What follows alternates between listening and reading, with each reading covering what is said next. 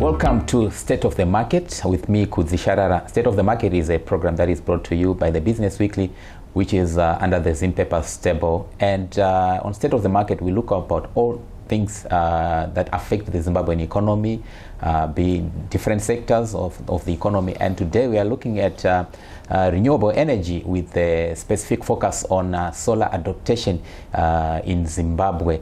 And joining me to unpack everything to do with solar in Zimbabwe, I'm joined by the founder of Solar Pro, Nyasha Chasakara. Nyasha, welcome. Thank you, Kudzi. Thank you. So let's kick the ball rolling, Nyasha, from an investment banker to solar energy. What motivated that transition? Okay.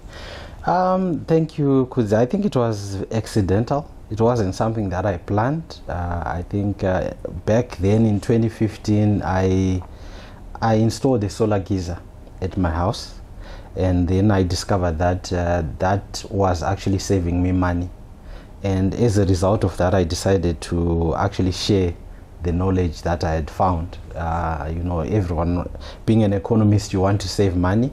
And so I actually then started a website called solarpro.co.za to share the story and to share the knowledge that I had found regarding solar savings. Okay. And now looking at solar adoption in Zimbabwe, where are we as a country? To what extent have we adopted solar energy in Zimbabwe? And maybe looking at how it has transformed in recent years. Okay. Yeah, so I think 10 years ago, solar wasn't very popular because it was expensive. I think if you look at 10 years ago, there were probably just 2 or 3 companies that were involved in the sector. And so in terms of awareness, there wasn't much awareness when it came to adopting solar solutions. And you know, if we look back, you also find that the electricity situation was better, the grid was more reliable, and so solar adoption wasn't something that people would really lose sleep over. You know, and so as a result, solar was very slow. Adoption was slow, mainly because of expenses. But as time went on, you know, the grid coming under pressure, and power cuts being more erratic, shortage of energy within the region, the country not being able to import as much as it used to because of costs. You then found that people started to look at solar as an alternative. But if you look at the main driver, I think it's also affordability. Solar is now more affordable because the costs have been coming down. I think when we started looking at solar, you would buy a solar panel, maybe a 250 watt solar panel for probably $250 per panel. Today, an equivalent sort of panel, you are looking at purchasing it for less than $120 or $100 per panel. Yeah, so that's the state of the solar industry at the moment. Adoption is increasing, and it's mainly as a result of the need to become energy independent and also the costs that are coming down. I'll tell you my story when it comes to solar adoption. In fact, I've been honest, off the grid since 2012 using solar. So this is how I started. I went to the golf complex, bought my panel, bought a battery, and went on and took some cables that were at home, and I installed. And it worked for a few days, and then later on I started facing challenges. I said, no, this solar story solar doesn't work. Can you speak to that when people are doing that? And it's really sad, you know, when you look at the money that is lost by doing what you did, because I think there's a lot of misunderstanding when you look at solar versus your normal CSI electricity. The cables that are used, they are very different. They are DC cables, whereas in your home you are mainly using AC cables. Yes. Then you also need to be very careful where you buy your goods. I'm not saying that golf is bad, but I'm just saying that you need to buy from accredited installers and people who are trained to handle the equipment. And more importantly, when you are purchasing solar, the most important thing is to get a warranty. So most of the people that where you buy from, places like that, you are unlikely to get a warranty. If you do, it's going to be 3 months, 6 months. A lot of people also underestimate the importance of sizing the system. So that's why you say that it worked for a bit, because I think it wasn't sized properly. You could get solar panels, a good inverter, and good batteries, but if it's not properly sized, you can put pressure on your battery, resulting it not working properly. So it's very important, I think, when you look at going solar, you need to look at your needs first. Then you find a reputable installer. These days we are in a very technology driven area where research is very easy. You just Google which companies can I buy solar from in Zimbabwe, and you're likely to find people also giving testimonies of the work that has been done by certain companies. It's not an easy time. Anyone who thinks they can put things together will try and do that, and in some cases it ends up actually giving a bad reputation to the solar products or industry. I definitely learned the hard way until I got professionals, and ever since I'm good to go. Okay. But in terms of adoption, I'm just thinking, we always hear of the proverbial north of Samora, south of Samora. In terms of adoption, which areas are you seeing more people adopting to the use of solar energy? So yeah, that's a very good question, because I think when you look at adoption, it's mixed. I think as I have been involved in this industry for more than maybe 10 years, nearly 10 years now, I've tended to see that there is a sort of a 3-tier framework where you have your low end, middle end, and high end. So in their own ways, there are products that are made for different market segments. So it will be difficult for me to actually say which sort of tier is doing better than the other, because if you go into the market, you find there are small home solar systems. There are also your 1 kVA systems, 500 watt systems that equally address you can call it a pyramid, an energy pyramid, where you find that there are people that are happy just having lighting. There are people that want lighting and entertainment. There are people that want lighting, entertainment, and a fridge. And there are people that actually want to have everything powered by solar. Unfortunately, it's very expensive at the moment to cook with solar. And it's not even highly recommended because the expense is just so much. But you still find people who will come to you and say, look, can I have a system that does cooking? The technology is getting there as we go. There are now some high voltage systems that allow you to do more than what the low voltage systems could do in the past.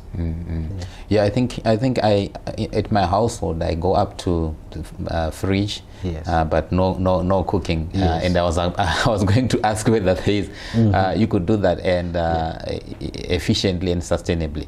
Yeah. No, I think the way solar works, I think we must demystify how it works. So solar, when you look at it, is really just your sun, the energy from the sun coming through the solar panels, going through a special gadget that's designed to convert that power that you get from the sun to the usable power that we use in our home appliances. So the more panels you have, the more you can power bigger items. But the nature of the sun is that it's not always on. Like when you turn on your ZESA electricity, unless there's a power cut, it's always on and at a constant rate. But when you look at the sun, sometimes there's cloud cover, sometimes there's intense sunshine. Like today it's cloudy, and so you don't expect to be generating as much as possible. So a lot of people will say, look, what do I do when there's no sun? I think a properly designed system takes care of that. So you find that storage, yes, and we then also look at the storage.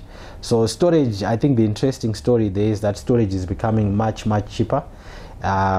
These days you hear people asking for lithium batteries. You also have lead acid batteries that are still holding on, despite the fact that lithium has really taken over. So lithium has taken over because of the cost and the production of these batteries. You even have some companies that are coming locally to assemble batteries. It's starting to happen, and so even in South Africa you also have companies that are now assembling batteries. The exciting thing, I think, in the future is that Zimbabwe is in a very good position when it comes to lithium, because we actually have lithium mines now that are already operating here, and soon I think it's a matter of time before we actually have some lithium processing companies, and then eventually we see scope for sort of lithium pack production in the country.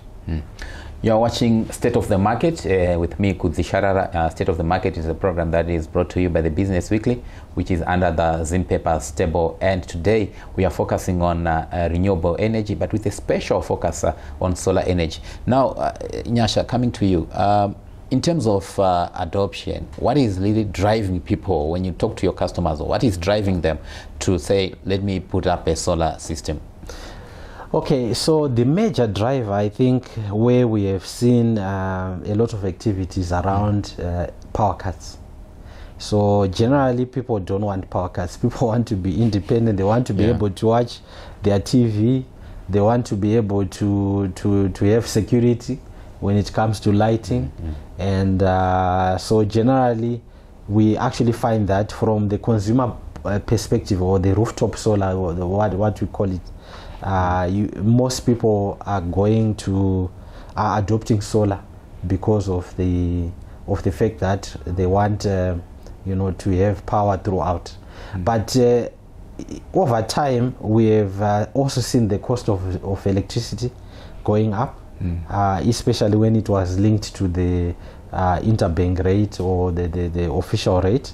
We have seen monthly increases of the amount that people are paying in terms of electricity, and there is a crop of new customers that are realizing that if they install solar, they can actually save a lot of money. So in other words, grid versus solar, which one is cheaper? So grid versus solar is a no-brainer in the long term. Solar is cheaper in the long term, because what you are basically doing there is, once you install the system, you are no longer paying your full electricity bill. In fact, we have tended to see, I think this is even from my own experience, where I think when I installed my solar system, my bill came down to about 30% of what it used to be. Mainly because I had put in the batteries, I put in a lot of solar panels. So if you want to analyze your energy consumption patterns, you would find that during the day, that's when you consume a lot of power, like mainly through your fridges, because your fridge is likely going to be taking about 2 to 3 units of electricity per day. And if you have a good solar system installed, that means that 2 to 3 units is actually coming straight from the sun and powering your appliances. It's also, I think, an issue of education, and I'm glad we are doing this, because you find that a lot of people are not aware. So awareness is still very low when it comes to the advantages of going solar. Yeah, I was gonna come to that and ask to say, when you look at solar adoption and the savings that you're talking about, I think even at national level, because if you're saving at household level, you're also saving at national level, and we sometimes import power. So the question was going to be, are we doing enough, maybe from a policymakers' point of view, also players in the sector? Are we doing enough to make sure that the consumer, Zimbabweans, are aware of these savings? What can be done to improve adoption of solar energy? Okay, so I think one of the good things about the solar industry or the solar adoption in the country is that people talk. So a lot of the work that we do is actually from referrals of people that we have installed solar, at their premises, and those people then come to us and actually say, look, I heard that you installed a system at so and so's house, and they are saving. But I think generally as a nation, there's a lot that can be done to educate people, not just people, but even school children. I think as a company, we are also quite strong in terms of like trying to put the message out to schools. We actually have a program for schools where we actually working with the schools to teach the school kids how solar works, what a solar panel is, how it it puts power into the inverter and then the inverter into the battery. So starting from that very primary school age, for example, there's now going to be a generation of kids or adults that appreciate how solar works. But from a policy point of view also, there's a lot that can be done maybe to incentivize solar adoption. So you find that, for example, in our neighboring country, South Africa, the adoption of solar, has been huge. I think I don't have my statistics with me right now, but upwards of 5,200, megawatt or something that they are targeting. And what sort of incentives do they have in place? So they introduced an incentive, I think 18 months ago, where if you were putting a solar system, you would get a tax rebate from, based on the number of panels that you put. And then that actually resulted in a lot of people also, aside from the power cuts generally that, people were not accustomed to. That was a major driver as well. Then in Zimbabwe, I think the policy framework has been more on the product itself. So you'll find that in Zimbabwe, we don't pay duty for solar equipment. We don't pay duty for lithium batteries. You don't pay duty for for solar panels or inverters. You only pay VAT. I think if we were to move a notch further, it would be good for government to consider taking off VAT on solar products, because that would then actually just mean that the cost would be lower by maybe 14-15% as a result of that, and adoption would definitely increase. On the corporate side, I think government stands to benefit more if it was to look at a tax rebate system, where also corporates can actually get rebates if they go solar. We, I think, are also trying to engage corporates to look at the benefits of going solar. A lot of it, I think, a lot of companies avoid doing feasibility studies because they think that they're expensive. But these days, technology has moved so fast that at the moment, I think some of the systems that we are installing as a company, they are stakeable. So you'd find that by stakeable, I mean you can start small and build as you go. So from 3 kilowatt up to 250 kilowatt, you can actually build a system that can actually eventually take you off the grid, or at least make sure that you are 80% self-sufficient in terms of energy. You obviously do a lot of work in terms of looking at what is happening in other markets. What sort of trends are you seeing in terms of solar adoption, and where do you see us going with renewable energy? Okay, so I think in terms of solar adoption, the best sort of place where we can really benchmark ourselves on or copy is South Africa, where commercial and industrial solar is really it has taken off. Every shopping mall that you visit in South Africa, you're most likely going to see solar panels on the roof. Industrial parks, if you were to drive down, maybe in our country, you go down Willowville or you don't see that. So I think we are going to catch on, no doubt, as people start to understand that solar is actually viable. It's viable, and as technology comes, that allows people to start small and then build as they go. We'll see more of that. But what we are also seeing is in terms of mini grid development, where you've got new suburbs that are failing to actually go on the grid fast enough. We are starting to see, and we have seen implementation of this, where you have a standalone grid, which is then maybe linked to the grid at a later stage, but it's just a container of batteries, inverters, and then panels, sort of like a solar park.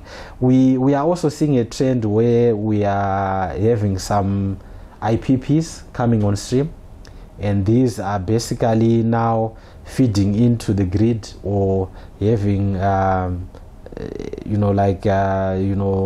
exporting to, I can't call it exporting, but selling to mines. I think there are a couple that are being built right now, where it's just a solar plant dedicated to a particular mining house. Yeah. I heard of plans probably to put solar panels over the Kariba dam. What are your views on that? So, thankfully, Zimbabwe still has a lot of land to be able to actually do it. I think at a lower cost. The good thing about the Kariba project is that I think where they are looking at is they are looking at obviously a number of things, sort of reducing the evaporation on the dam, and also ensuring that any power that is produced is quickly evacuated into the grid infrastructure. So the cost of then maybe building the transmission infrastructure or the distribution infrastructure is lower, because already there is a lot of infrastructure at Kariba Dam that have been put in place. But I see more scope in terms of rooftop solar, especially for homes, because it's easy to deploy and quicker to deploy. Easy to maintain, because you are basically now like saying, at the moment, I think one of the most underused incentive is the net metering, which government has put in place. It hasn't taken off, I think, mainly because of the cost of going onto the program. So if you want to go onto a net metering program, you are looking at probably spending $1,000 in terms of the process, getting the meter, getting the necessary inspections and so on. But more importantly, over and above that, an inverter, typically for a 5 kilowatt inverter that is not capable of exporting to the grid, it's probably costing you around $500 or $600. But the one that goes onto the grid is costing you upwards of $1,200 to $1,300. So the cost itself is actually still quite high. But I think more worryingly, I think it's the grid infrastructure, where you then find that the grid itself is not stable enough to be able to then allow people to export as and when they want to, because sometimes it's down. When the grid is down, unfortunately, the grid-tied inverters don't work. They work maybe on a localized level where they are just giving you power, but if they don't see the grid, they can't export to the grid. So and I was going to ask to say, households that you have probably installed, are they generating enough for them to export, or people are just putting enough for themselves? How does that work? So it's a very good question as well. So if you look at the sort of like consumption patterns on the household level, you find that the battery, probably the way we install the systems, is probably full by 10 o'clock on a very good sunny day. And then after that, it actually curtails its production because there isn't much consumption. Once the battery is full and you are not exporting to the grid, it then means that the solar panels just stop producing.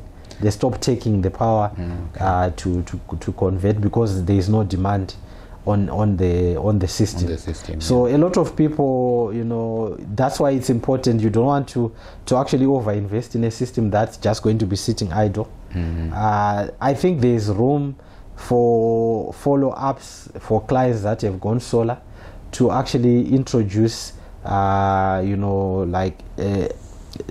equipment that then allows for them to export to the grid.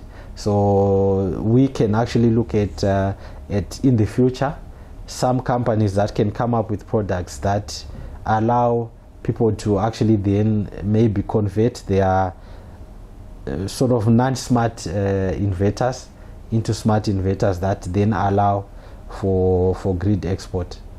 Earlier on, you spoke about the initial cost. For some, it's a little bit expensive when you look at the initial cost. In other markets, they've got products that allow people maybe bank loans. And do we have such in Zimbabwe that can actually help people to adopt solar? Yeah, so it's an interesting question, and one that I think I'm happy to say as a company we have actually seen that the cost of going solar is actually preventing people from doing it. So I think we've got a product that we introduced in December that allows people to go into solar without paying too much upfront. Okay. So it's a rent to buy program, similar to your hire purchase at when you are buying your TV or your fridge. Yeah. We are also then saying a customer pays a deposit. Once they are approved, they pay a deposit, and then they pay monthly installments from 3 to 12 months. Obviously 12 months or 3 months can be short, but eventually I think as we continue to find how the market is performing, we can actually go longer. Aside from this that I mentioned, there is also some banks that are looking to introduce loans, but again generally, it's not where we would want it to be. When you look at other markets where, like in South Africa, it's very easy to walk into a bank, get a loan. Here the bank probably says, look, what is the collateral, and so on. But one of the things that we have seen also is the diaspora element, where you actually find that a lot of the systems that are being installed here are actually driven by people who have left the country, looking after their siblings or their parents, investing in their own properties for their own comfort when they come home. So in a lot of cases, we actually find that we actually have systems that are installed from money that has been brought from the outside, and that is one of the biggest drivers, I think, in terms of energy adoption given the current economic situation. Yeah. Well, and maybe lastly, looking at Solar Pro, what are some of your unique selling points? So I think we pride ourselves in providing quality service from start to finish. So we don't just install a system, we actually design a system before we install it, and we offer warranty services up to 3 years for our smaller systems, and maybe 10 years for the premium systems. I think in terms of technology, we are using state-of-the-art equipment. Like I was indicating to you, we actually looking at high voltage systems also for the house, where your battery is more efficient because it's using a higher voltage. It charges faster, and is more efficient when converting that energy back into what your appliances need. Well, that's all we had on State of the Market with me, Zimbabwe. And State of the Market is a program that is brought to you by the Business Weekly, which is under the Zimbabwe stable. And today we're talking about all things solar with my guest, Nyasha Chasakara, who is the founder of Solar Pro. Nyasha, thank you for coming. Thank you for having me.